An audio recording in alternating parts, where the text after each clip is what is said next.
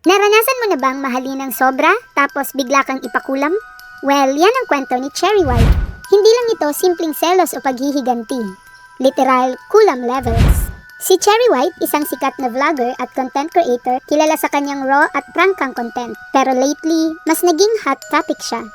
Hindi dahil sa bagong content, kundi sa bagong kontrobersya.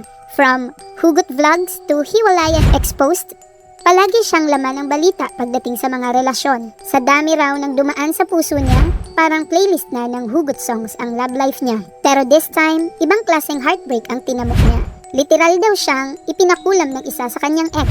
Sa isang viral na post, naglabas si Cherry ng photo ng kanyang driver's license. Pero teka, may twist. May bungo sa ibabaw nito. As in, tunay na bungo.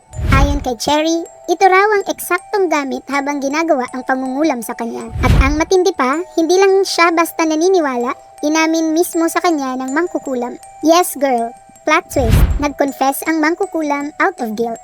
Sabi raw ng mambabarang, isang lalaki ang nag-utos na gawin ito. At sino raw yon? Isang ex na hindi pa rin makamove on. Mga bes, hindi lang pala closure ang hanap ng iba. Kulam na pala. Sabi ni Cherry sa kanyang caption, kinikilabutan ako.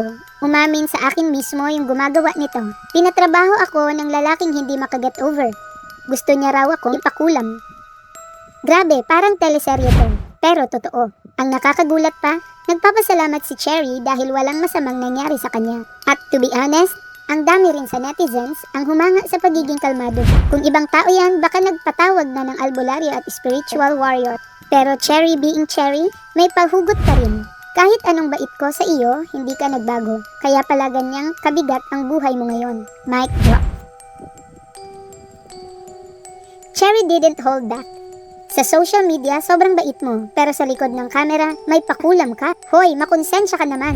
Aminin nyo, relatable to.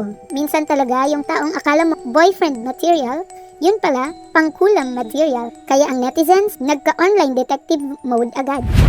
Sa comment section, lumutang agad ang pangalan ng mga naging ex ni Cherry. Kasama rito sina Asian Pacboy, Boy Tapang, GM Juris, at si Greg Crawford. Netizens be like, sino sa kanila ang may dalang aswang starter pack? Pero syempre, walang pinangalanan si Cherry. Mystery pa rin ito hanggang ngayon. Ang tanong, alin sa ex ni Cherry ang hindi makaget over at kaya't bumaling sa kulam? Plot twist ulit. Baka hindi ex, baka fan. Or worse, secret admirer turned dark magician.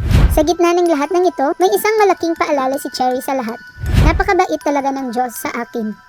Kaya kung ikaw ay iniwan, nasaktan o di makamove on, tandaan mo, huwag kulam ang solusyon. Therapy, journaling at Spotify playlist lang yan. Huwag mo nang i-level up to ancient dark arts, okay?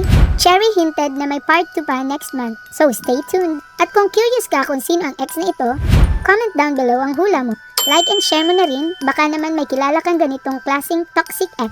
At tandaan, love wisely, or baka sa dulo, ikaw ang maging laman ng gayuma.